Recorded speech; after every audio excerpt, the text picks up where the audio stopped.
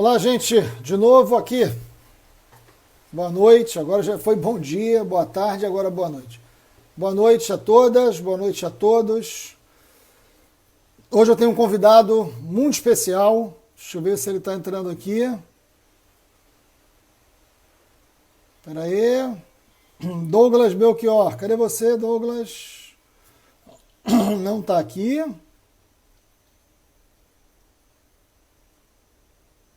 Espera aí.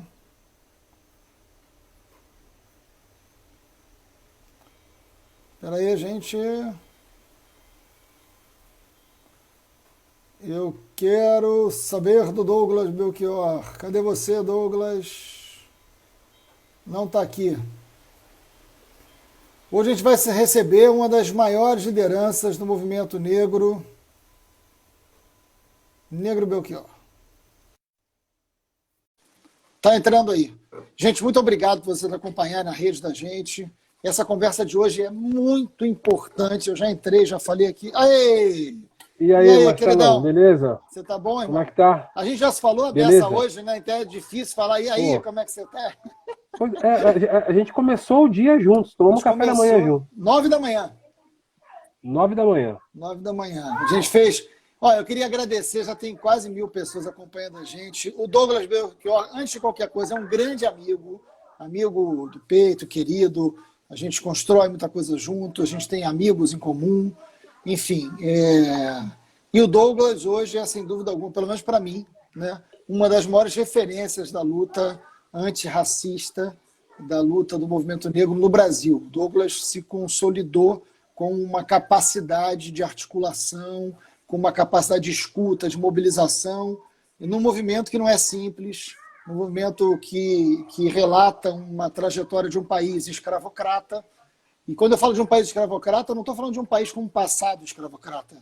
Eu estou falando de um país escravocrata.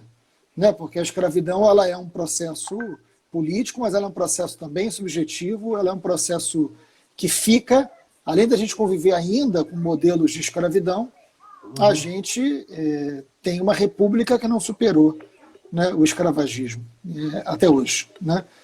E o Douglas é uma liderança da Coalizão Negra, e eu queria muito ouvir o Douglas sobre tudo que está acontecendo no mundo e no Brasil. Você acabou de lançar um manifesto, a gente falou sobre isso hoje.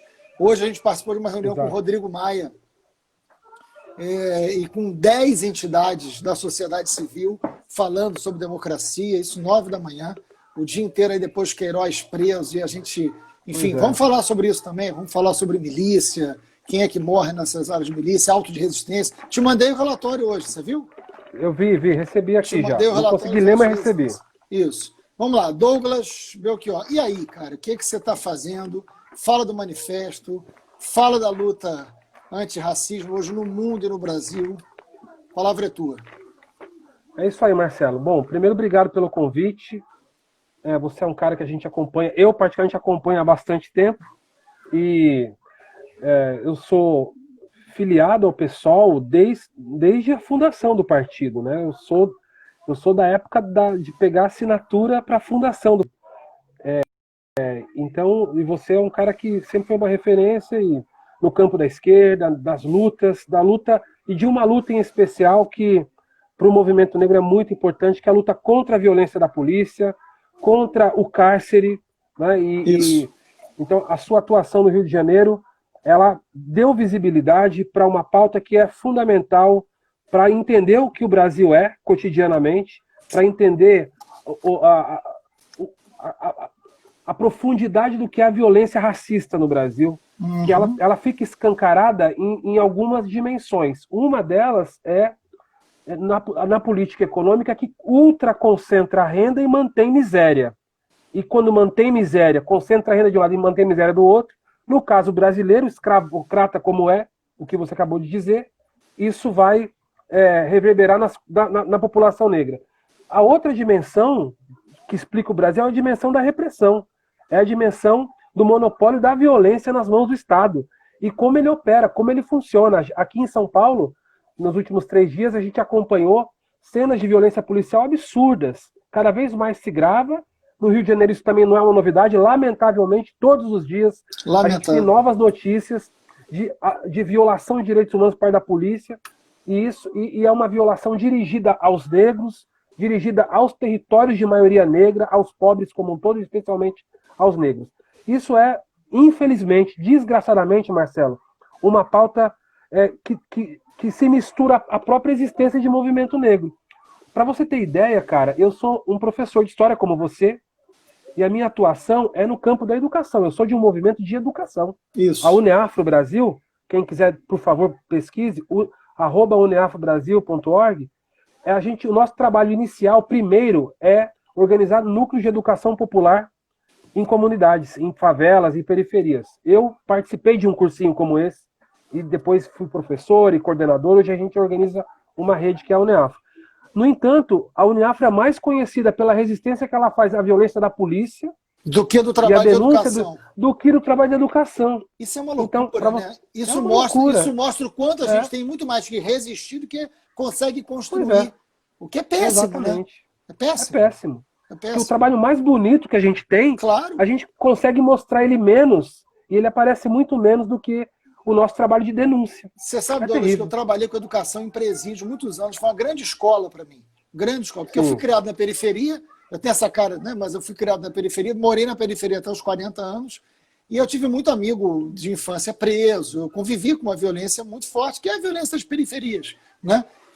E quando eu tive chance, eu fui fazer faculdade de História, quando eu tive chance de dar aula, o primeiro lugar que eu fui dar aula foi um projeto popular dentro de um presídio chamado Edgar Costa, em Niterói. E dentro da prisão, eu fui trabalhar com o método Paulo Freire, né? Aliás, viva Paulo Freire, Van Talbre caiu. Não que vá melhorar, né? Porque, enfim, aí só se caiu o presidente. Mas é impressionante, assim, porque dentro da prisão, trabalhando com educação, que era um lugar que a gente tinha muito resultado, quando eu ia falar que eu estava trabalhando com educação em prisão, eu tinha que ficar falando da prisão, dos presos, e não da educação, porque exatamente. É isso que você está dizendo. Isso é muito forte, viu?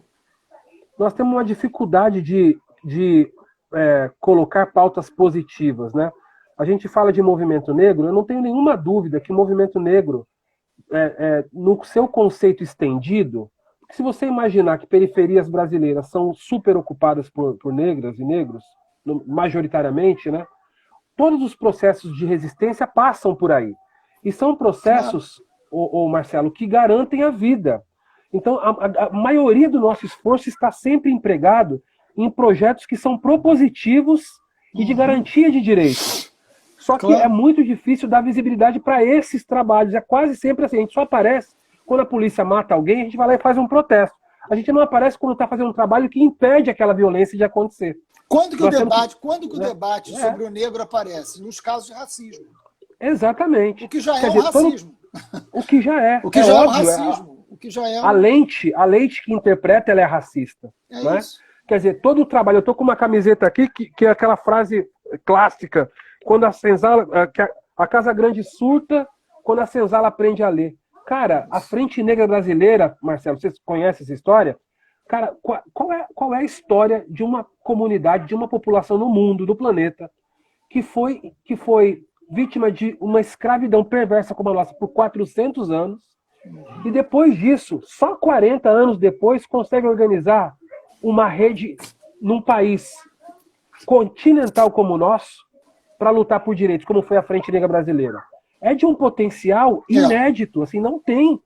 E, Marcelo, tem uma outra coisa, cara, que eu acho muito grave. Você precisa ajudar a gente nisso. Claro. As experiências de resistência da população negra no Brasil, elas são invisibilizadas, cara. Porque elas são incríveis, dado o contexto. Né? Sim. Mas elas também aparecem pouco. A história da Frente Negra, o papel do Teatro Experimental do Negro, o próprio papel do MNU. Sempre nas viradas de página histórica no Brasil, você pega o que foi o movimento abolicionista, final do século XIX. Depois, a Frente Negra, comecinho no século XX, quando o Brasil ainda era uma fazenda.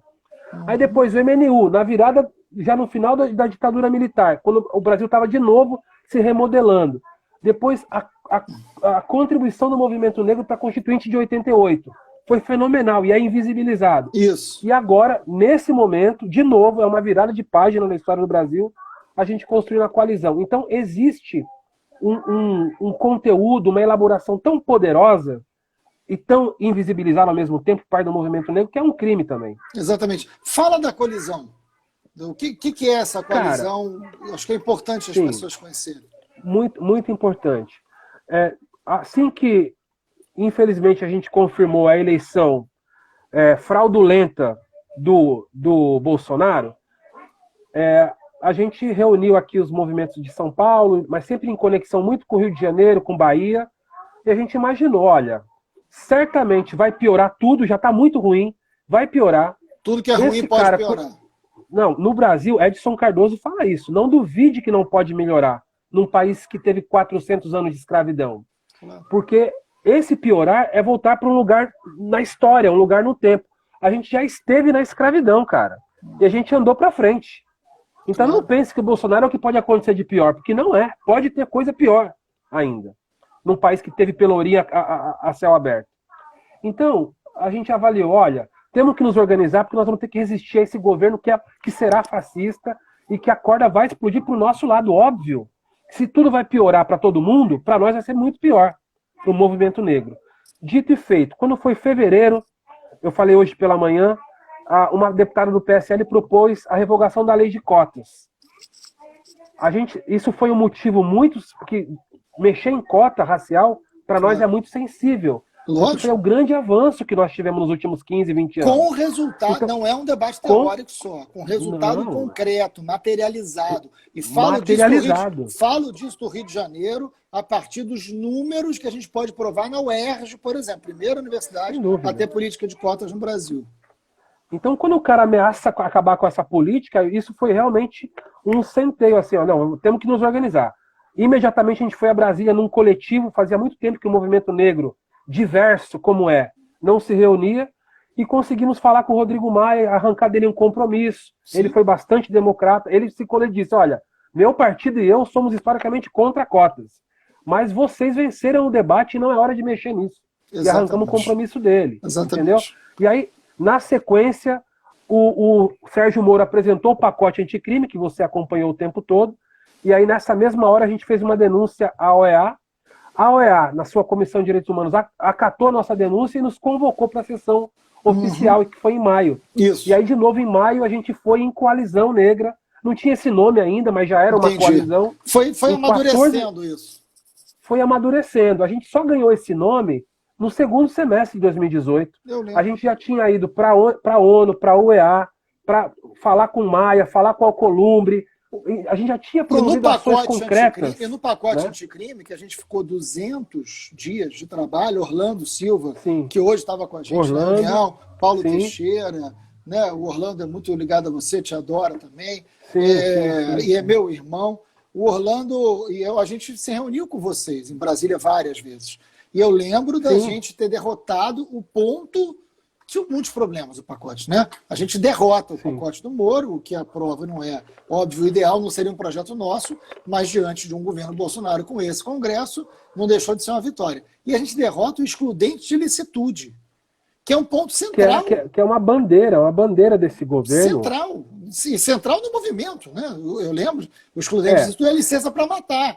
É o auto de resistência espalhado para a sociedade inteira. Quem é que morre isso?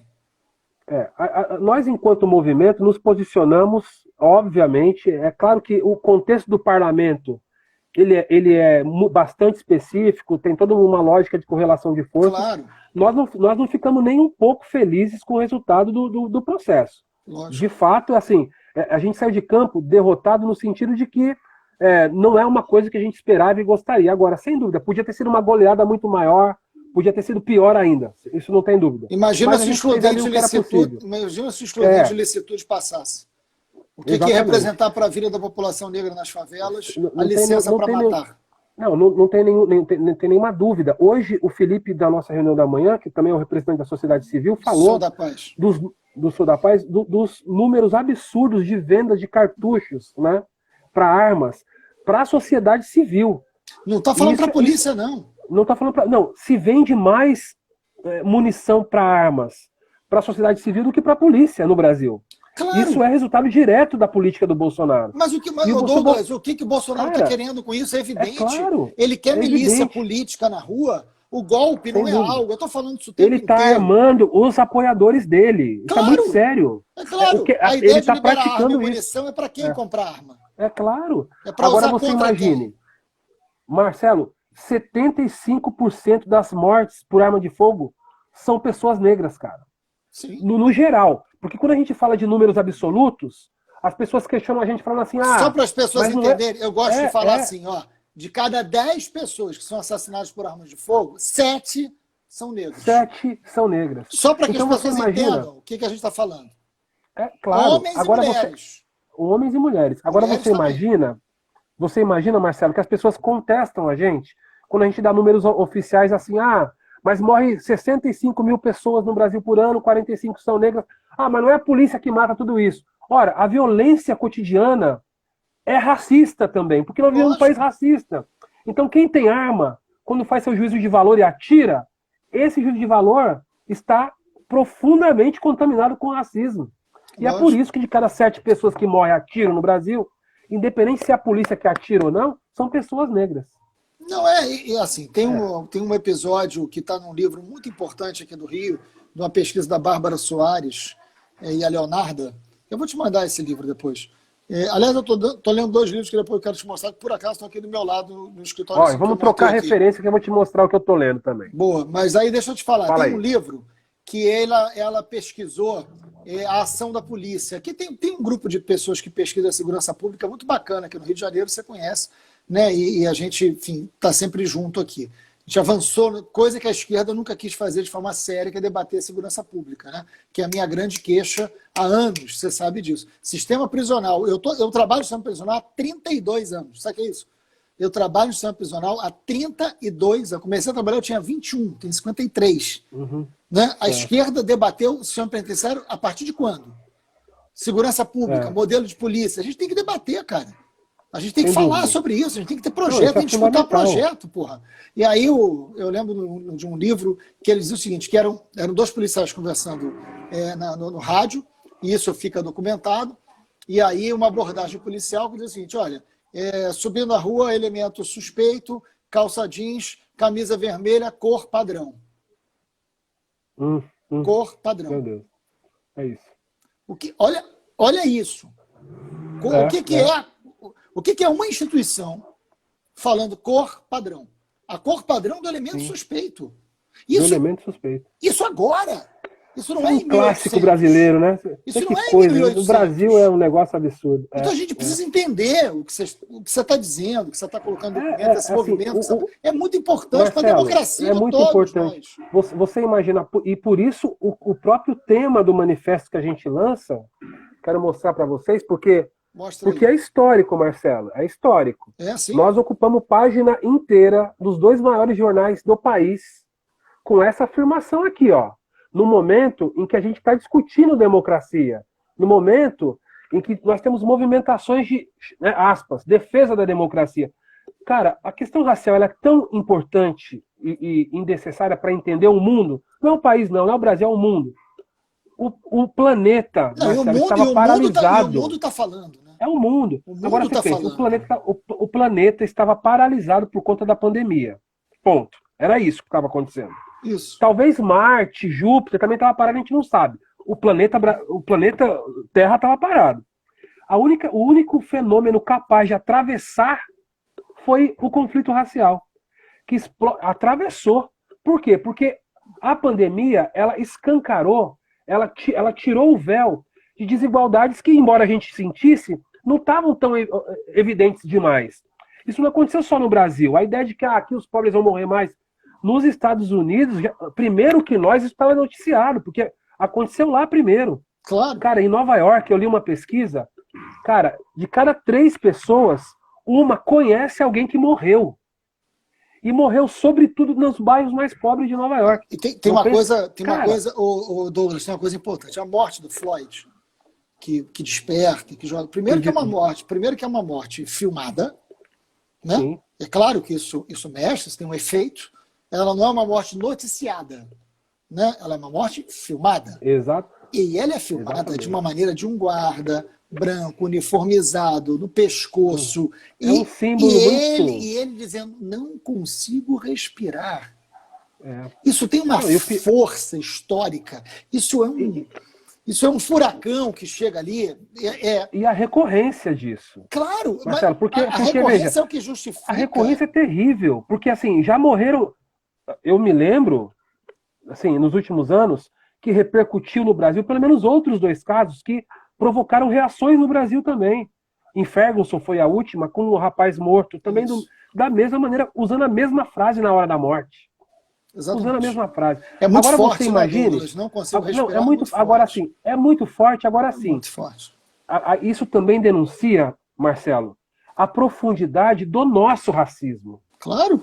Porque o nosso os números aqui são muito piores. Não, aqui você tem, se você fizer uma pesquisa no Google agora e digitar assim, por que o senhor atirou em mim? Pô, você quer uma frase mais forte que essa? Cara, ou então a frase da mãe dizendo assim, meu filho, antes de morrer, perguntou se o policial não viu que eu estava vestido com o uniforme da escola. Marcos Vinícius, Favela da Maré. Porra, mas olha, até me arrepio de falar, cara. É tão forte quanto ou mais. E é no nosso país e é todo dia. Exatamente. E é numa proporção. E é com criança, é com idoso. Porra, e é com criança. Tá aí o João Pedro agora no Morro do Salgueiro. Exato. Porra. O João Vitor cara, na cidade o que o que é inadmissível, a gente não pode admitir. Nós temos que se revoltar em relação ao fato de que a gente não se comove com a nossa morte, cara. Claro. É absurdo, assim, mas não você tem sabe, cabimento. posso fazer uma provocação, Douglas? Porque assim, você está falando um negócio que assim, você sabe de toda a minha história com a Marielle, né? E você conheceu a Mari. Eu vi, aliás, ontem eu recebi fotos da Vivi Pistache, nossa amiga, que é roteirista, e ela está trabalhando no roteiro do filme da Marielle, e ela está fazendo pesquisa sobre Marielle, isso, e ela recuperou um vídeo Olha. em que nós estamos juntos, eu, você, Marielle e outros colegas. Me manda isso. No dia 19 de março, aliás, durante a campanha do segundo turno da última eleição. Cara, ela recuperou uma foto. Tô toda arrepiada. Não, cara. Eu não sabia disso. Ela recuperou, tem um vídeo eu fiquei muito feliz da Vivi estar trabalhando, o Jefferson D, tá todo mundo trabalhando. É o que tem que acontecer, todo mundo junto ali. A Marielle é tão grande, né? E a Vivi, ela recuperou essas fotos, eu até mandei para a Aniele ontem. Manda para mim, porra. Cara, e ela abraçada eu abraçado com ela, assim, porra, que coisa, que coisa forte. Mais linda. Que coisa. Manda para mim, eu quero essa foto. Essa eu não tenho, essa eu não sei. E olha que eu tenho a coisa, Marielle. Mas essa não tem. Que coisa importante. Eu sei da Vivi lá, e estou muito feliz lá dela estar nesse trabalho. Mas você sabe que a Marielle, assim, 10 anos juntos, né, minha grande companheira, amiga, enfim, tudo que não preciso aqui falar. Quando acontece a morte da Mari, né, brutal, inesperada, né, completamente inesperada, não tinha nenhuma ameaça. Eu tinha falado com ela no dia antes, a gente tinha combinado coisa no sábado, na Maré, zero ameaça. Você sabe que eu sou muito ligado à família, né, até hoje. E aí, cara, de repente, o mundo inteiro, no dia seguinte da sua morte, explode. Né? Um mundo que não conhecia a Marielle, mas conhecia. Exato. Um mundo que não conhecia a Marielle, mas conhecia. Assim, por que o mundo reage à morte da Marielle? Tem muito a ver do porquê que o mundo e a morte da Marielle não foi filmada, né? Como foi a do... Mas mas a brutalidade, o significado de arrancarem a vida da Marielle desse jeito, isso o mundo reage, né? Isso tem muito a ver com o que está acontecendo hoje. O mundo reage. Por que o mundo reage? Por que o mundo reagiu com a Mari? Por que o mundo está reagindo agora? Porque o mundo conhece isso. Porque o mundo conhece isso. Né? Não, sem dúvida. E a Mari, ela carregava algo que talvez seja o simbolismo de uma das manifestações mais poderosas que nós vivemos na história do Brasil, que é o avanço e o fortalecimento do movimento de mulheres negras. Exatamente. Então, assim, sem nenhuma dúvida, ela encarnava isso. E ao ferir isso, cara, mexeu com as profundezas das sociedades, no plural. No plural. Sim. Então, porque é muito sério, assim, uma significação política tão rara, uma mulher negra favelada estou em cursinho popular com uma história dessa que representa tantas histórias, que é o sonho de tantas mães pretas, que é o sonho dos nossos antepassados. Ferir de morte isso provocou muito lá no fundo, né? Então, a coalizão é o fruto dessa experiência, assim, de valorização exatamente dessa potência política que existe na organização negra e que é, Marcelo, silenciado. Sim. Silenciado pela coletividade e pela branquitude brasileira. Inclusive, Marcelo, no nosso campo. Porque você sabe que Marielles existiram muitas. Marielle foi possível. O Rio de Janeiro, inclusive, talvez ele fuja à regra da normalidade nos últimos anos, por eleger mulheres negras. Sem dúvida.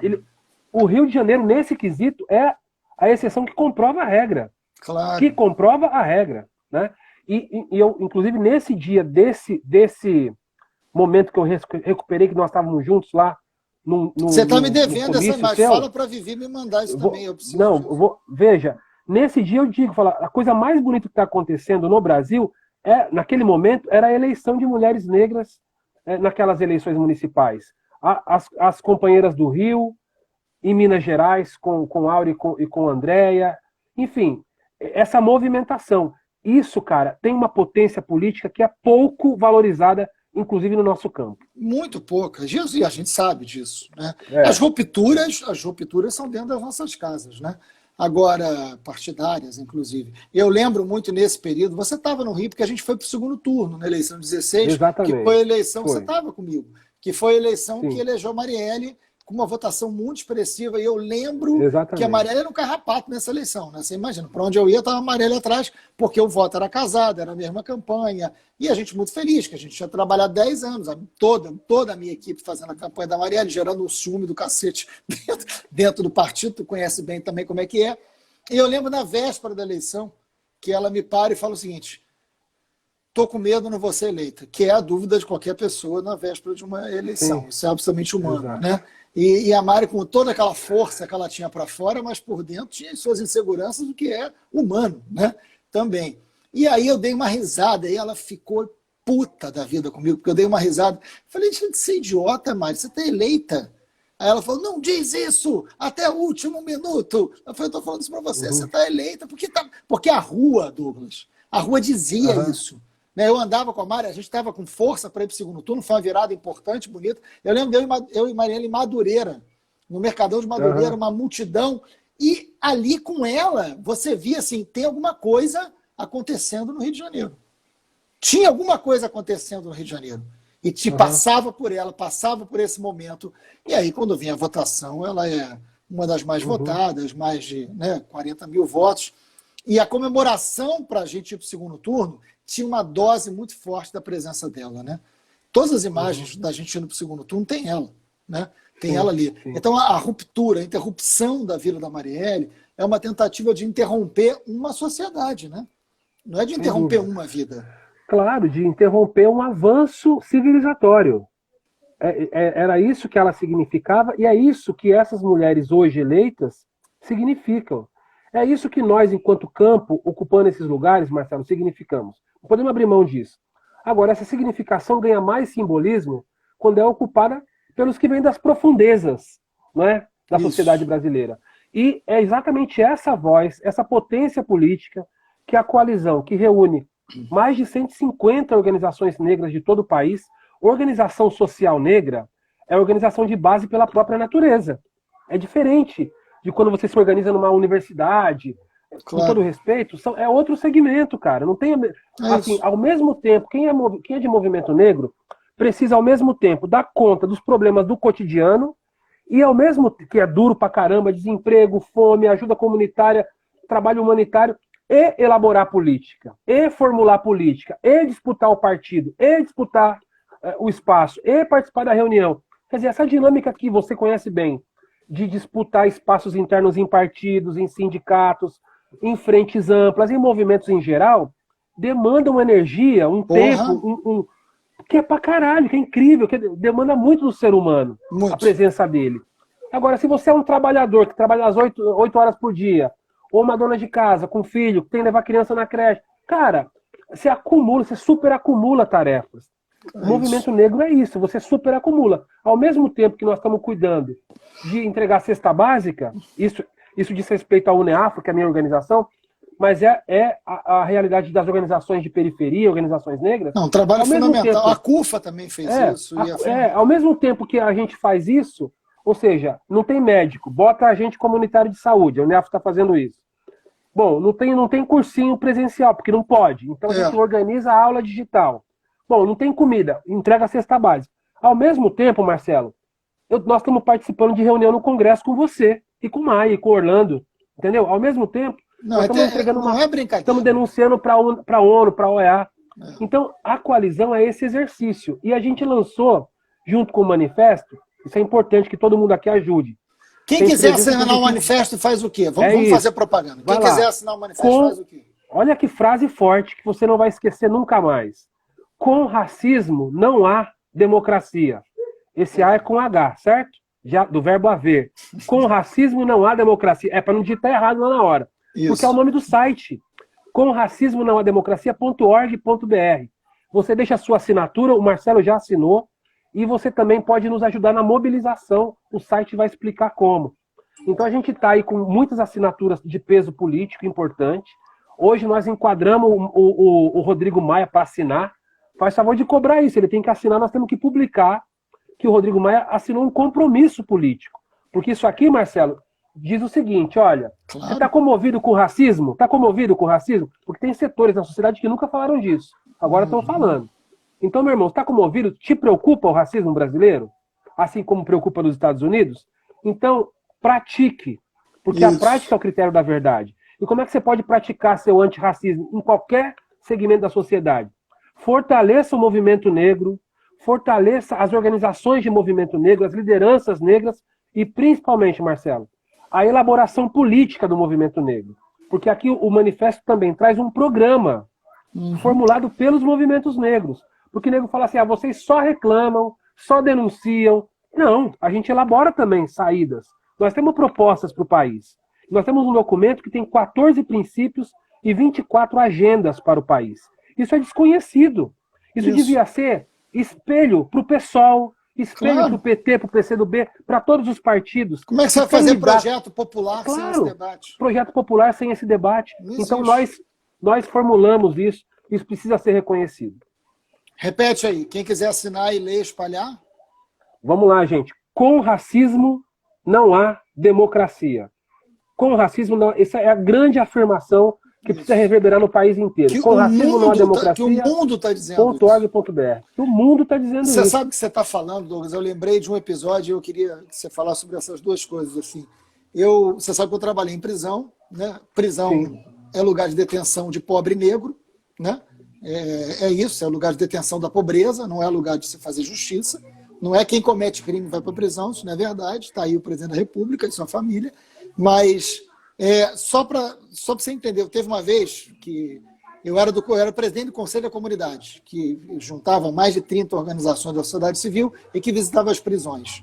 Isso já final da década de 90, início do 2000. E tinha muita rebelião no Rio de Janeiro. Teve uma vez que eu negociei uma rebelião, foram 2 dias negociando uma rebelião, tinha refém, enfim, terminou tudo bem. Mas o presídio estava destruído, eu estava exausto, exaurido ali. Aí eu entrei na prisão, a prisão ainda destruída, para ver se estava tudo bem, enfim, não podia ter problema. Aí eu sentei num escombro, assim, de uma coisa meio para respirar um pouco. Aí um preso senta do meu lado, um preso que eu conheci há muitos anos, e falou para mim, seu Marcelo, eu gosto muito, eu respeito muito o senhor, eu gosto muito do senhor. Muito obrigado por o senhor não ter permitido um novo Carandiru aqui. Mas eu vou te falar uma coisa que eu acho importante o senhor aprender. Eu nunca esqueci. Prisão é um pedaço da favela. Nossa. Aí eu fiquei olhando, aí ele... Eu não preciso explicar para o senhor, só não esqueça. Prisão é um pedaço da favela. É isso. Isso foi um preso, que estava preso há bastante tempo, num pós-rebelião. Eu nunca esqueci isso. E aí você, quando olha para a pandemia, 46 mil brasileiros mortos, vamos chegar a 1 milhão de pessoas contaminadas. A desigualdade está matando. Nos resultados da pandemia, o Brasil tem 5 vezes mais negros morrendo na pandemia do que brancos. Do que brancos. São duas informações que eu queria que você falasse. Não, Marcelo, eu não lembro agora o nome do canalha, mas Tem isso é vários. uma profecia. é, eu vou falar de um em específico, que é o presidente da XP, que deu uma declaração há tempos atrás, que foi profética. É, Há um mês e meio atrás, talvez, um mês e meio mais ou menos, ele disse, falou, olha, vai ter retomada econômica, ponto final, porque o pico da doença já passou nas classes médias, entre os ricos. Ele falou isso, entre os o ricos. problema agora está na Agora o problema favela. é só tá na favela. Cara, é um absurdo, é genocídio, não tem outro nome. Porque ao mesmo tempo em que a doença avança, contamina mais pessoas e mata mais gente, numa proporção de 5-1, no recorte racial, é o momento em que as cidades estão abrindo. Então, o que está acontecendo hoje na prática é exatamente o que o cara da XP falou e exatamente o que está no conteúdo daquele vídeo que o Bolsonaro publicizou no Ministério da Saúde. O Brasil não pode parar, mas Isso. o Brasil que não pode parar é o Brasil que produz, é o Brasil que proletário. Não, ele está Trabalhador. escolhendo quem vai morrer, né? Ele está escolhendo quem não pode parar, quem tem que trabalhar, quem vai adoecer, quem vai morrer.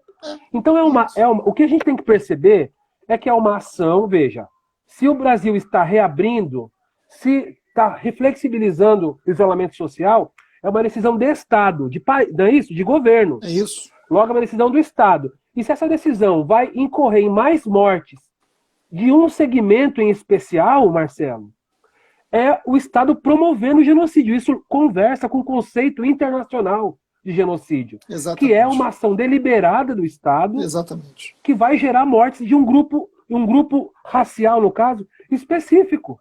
Exatamente. Então tá pronta, é genocídio, tem que ser denunciado, tem que ser cobrado. É muito importante Não tem outro nome. Eu acho você muito. Eu sou suspeito porque eu gosto muito de você como amigo, mas eu acho você realmente muito pedagógico. O que falta a muitos movimentos sociais, essa foi minha briga a vida inteira, né? Eu falo, gente, a gente pode ser xiita, mas não precisa ser chato, né? A gente precisa saber conversar, a gente precisa saber explicar, a luta política ela é pedagógica e tudo, Douglas, é muito pedagógico, né? Porque eu acho que não é à toa que você ocupa um espaço hoje de tamanha liderança no movimento tão central para a democracia hoje, então o movimento mais importante para a democracia hoje, né? Que é o movimento da luta contra o racismo, porque é isso. Eu tenho muito receio de falar de racismo estrutural, porque parece que existem vários, mas enfim. Quando você olha para o sistema penitenciário, não tem como olhar para o sistema penitenciário e afastar dali um debate racial. Não é possível compreender Marcelo. Não é possível compreender o modelo de segurança pública sem isso. A morte da Marielle. Eu não sei ainda quem mandou matar a Marielle, mas vai chegar. Eu acompanho de perto, muito de perto, dia a dia. Né? Uhum. Eu tenho certeza que a milícia está envolvida na morte da Marielle? Tem. Não sei qual milícia, não sei quem ainda. Saberei. Mas, seja qual for a milícia que matou a Marielle, a morte da Marielle se deu por racismo. Por racismo. Pode ter outras coisas, mas não tem como ser entendido assim. Esse processo de compreensão de que lugar está, do que você está falando, fica muito claro quando a gente escuta você, né? É muito importante esse conjunto.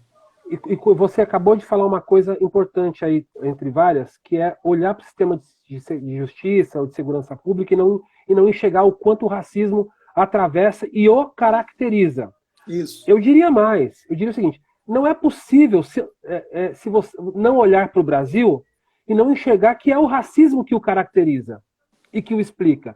Só não enxerga quem usa a lente do racismo. Isso. Agora, o racismo nos educa a todos, como você bem disse. O racismo é um sistema de dominação, de poder. E ele estabelece as relações sociais de hegemonia. E ele parametriza as relações sociais, as relações de poder, as relações interpessoais, que é a relação mais superficial, entendeu? As relações... Bom, quando um cara joga uma banana no estádio de futebol, nós estamos falando de relação interpessoal, de convivência.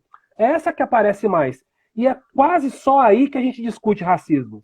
A gente não discute racismo descendo essa escada da percepção. Por exemplo, então vamos olhar para o Brasil. Ora, se você olha para as ruas, meu irmão, no Rio de Janeiro, São Paulo, Recife, Belo Horizonte, e quase pula os corpos na calçada enquanto caminha, se você não tiver uma lente racista que te impeça de perceber, você vai perceber que são pessoas negras na rua. Logo, elas conformam a maioria das pessoas que lutam por moradia. elas são aquelas, você já disse, em maior número encarceradas, elas são aquelas que perdem o emprego primeiro, que passam mais tempo procurando emprego, que quando conseguem um emprego ganham menos cumprindo o mesmo trabalho de outras pessoas que não são negras. Elas são aquelas que sofrem racismo quando estão ocupando um cargo pequenininho que ganha pouco, e o racismo vai aumentar conforme ela cresce na profissão. Então, o peso do racismo é X quando eu sou pedreiro, é 2X quando eu sou advogado, é 5X quando eu sou engenheiro. Se eu viro médico, vai à enésima potência, porque ela não tem... Entendeu? Porque quanto mais o ambiente é elitizado, pior vai ser para o preto ocupando esse lugar. Mesmo que ele tenha estudado. Claro. Então, meu irmão... não é um alívio, quer dizer, não é um alívio. Não é um alívio. Então, entender que as relações se dão a partir desse lugar. Então, às vezes as pessoas acham a gente... Não se trata de discutir pessoas, posicionamentos individuais. Nós estamos falando de estrutura, de como as coisas se organizam. De poder. Quer dizer, não é que o debate do racismo é necessário para se construir democracia. Não! É pressuposto. Isso. Não existe democracia numa sociedade racista. Ponto final. Então, se isso não acompanha a lógica inicial do argumento, está errado, está faltando, está penso. Entendeu? E é Exatamente. Isso que muitas vezes as pessoas levam para outro lado, como se o movimento negro, aí chama de identitário. Meu irmão, branquitude é identidade, de reduzir. Não, cara. Claro. É poder. E outra, aliás, tem um livro legal chamado do Manuel Castells, chamado Ruptura, que ele fala que o Trump ganha a eleição por uma questão identitária. Sem dúvida nenhuma. É muito bom. É um livro fininho. Não conheço. Ruptura, do Manuel Castells. Ele fala que o Trump ganha por uma forma dele reagir a isso, uma questão identitária. Não, você não tem nenhuma dúvida. É o branco revoltado. Reacionário, racista, machista pra caramba, violento, armado. Eu sei, um bicho mais perigoso do que um branco armado, meu irmão. É o bicho mais perigoso da fauna. Aliás, deixa eu fazer uma provocação. Acabou de aparecer aqui na minha tela uma frase do Bolsonaro sobre a prisão do Queiroz. Eu estava doido para ouvir o que ele ia dizer. Ficou calado o dia inteiro. Né? O que ele falou assim? Parece que ele falou o seguinte: pareciam que estavam prendendo o bandido mais perigoso da Terra. A minha resposta é imediata: não, Bolsonaro, esse ainda está solto, mas se cuida. Sensacional. Ainda será preso esse aí. Não, esse ainda será. Cuide-se. Eu acho que ele foi com inveja da cobertura. Ele vai fazer mais sucesso do que o... Diz aí, qual é o livro que você ia mostrar aí, que você está lendo, porque você tem que dar aula daqui a pouco. Tá na mão? Sim, aí? Eu vou dar uma... Tá na mão aqui, ó. Vamos indicar a sessão final de indicação de livro. Meu querido amigo, chame esse homem para conversar com você, Marcelo. Adilson Moreira. Claro. Ele é um homem sensacional, uma pessoa incrível, maravilhoso, querido. E ele escreve, um dos livros dele, tem vários, é o que é racismo recreativo. E eu acabei pegando racismo recreativo? Por quê? Olha, é sensacional esse conceito. Porque ontem, você viu que a Bombril fez o lançamento de uma propaganda? Eu vi. Recuperou o negócio do Crespim. Recuperou o negócio racista lá atrás. Que negócio inacreditável. Não, e que é um negócio que para a comunidade negra dói muito. Claro. Porque quem tem cabelo crespo cresce ouvindo piada. Voltou o debate do cabelo bom, né? Do cabelo bom. Então, isso, exatamente. E aí o que acontece? A gente faz brincadeira com coisa séria. Sim. E essa brincadeira, ela é exatamente a manifestação da normatização do racismo e da violência. Claro. Então, se vira brincadeira, é como o Bolsonaro chamar o Hélio e falar: vem aqui, meu escravo. E o próprio Hélio acha aquilo tudo bem, é uma brincadeira. Ele não quis me ofender, ele é meu amigo, me chamou de macaco, de escravo, tá tudo certo. Então, o Adilson, ele vai falar sobre o impacto desse elemento da jocosidade. Me manda o telefone dele que eu faço uma conversa dessa com ele. Esse livro aqui é do Feminismos Plurais, que é organizado pela Djamila Ribeiro. É um puta livro bacana para se ler. Eu vou fazer uma live com a Djamila no início do mês então que vem agora. Que é uma Adilson Moreira. Quem não conhece, conheça. Tem dois aqui que por acaso estão aqui segurando meu telefone, mas olha. Dá para ler? Opa, fundamental. Esse livro é extraordinário. Extraordinário. Um negócio... Né, a gente está falando muito de necropolítica, que é o tema de um outro livro pequenininho dele. Sim. Crítica da razão negra, vale a pena. E o livro do Laurentino, tu já leu? sobre escravidão? Não, não, não. Cara, Tá na minha fila tá aqui, aqui. ó. É, Esse é bizarro. É bizarro. É uma pesquisa, falo como historiador, que tu também é uma pesquisa. ele tá na minha fila. Eu tô terminando esse outro da Lília. Ah, legal. Cara, a pesquisa do escravidão é um negócio Não, impressionante, viu? Pesquisa, e são 4 volumes, né? Ele só lançou o primeiro. É impressionante. você sabe que nós vivemos tempos em que a gente discute muito democracia, né? No Brasil, é isso. Nós estamos diante de um governo autoritário, proto-fascista, e a Hebe Maria de Matos é uma historiadora aqui de São Paulo, deu aula há muitos anos na Unicamp.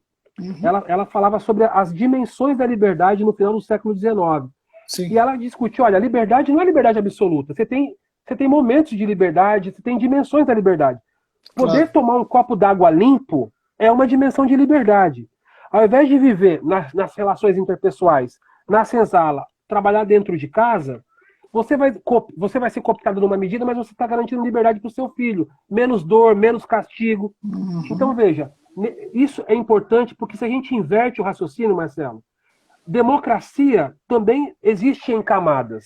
Claro. Quando o filho do Thor Batista mata alguém em 300 por hora e consegue não passar uma noite preso, ele exercendo a democracia que é garantida a ele. Fosse um preto, estava fudido.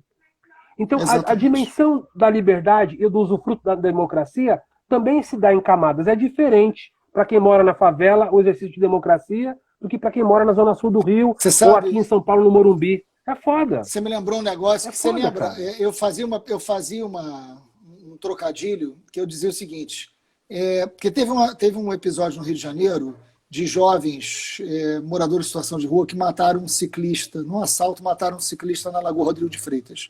Isso ganhou uma repercussão muito grande. Isso foi na mesma época que o Thor Batista atropelou um jovem negro e também matou. E aí eu ia para um debate e eu falava o seguinte, qual o nome daquele jovem que matou um ciclista no Rio de Janeiro? E aí todas as pessoas pensavam no jovem negro que matou o ciclista da Lagoa. E ninguém sabia o nome dele, que era mais um jovem negro. Né? Aí eu falava, não, eu lembro, é Thor Batista. É aquele silêncio, aquele impacto. Porque não... né? Porque quando você fala o matou, você vai criando sujeito. É isso que a gente está falando, que a gente tem que vencer. Exatamente. Por isso que não há democracia sem vencermos o racismo. Com racismo não há democracia. Ponto. Não há democracia. E vamos todo mundo junto nisso aí. E é pedagógico para nós todos, inclusive para dentro de casa. Eu acho que nós temos que olhar para dentro de casa. Amigão, você tem que dar aula agora. Valeu. E eu não vou fazer você chegar... Eu estou indo para uma aula agora. Eu não vou fazer você chegar atrasado na sua aula. Ó, beijo imenso. Você está me devendo o telefone do Adilson e está me devendo a imagem da Vivi, que eu quero. Tá bom, vou fazer beijo. Isso. Obrigado, gente. Obrigado por tudo. Aí. Valeu. Obrigado a todo mundo que assistiu a gente. Valeu.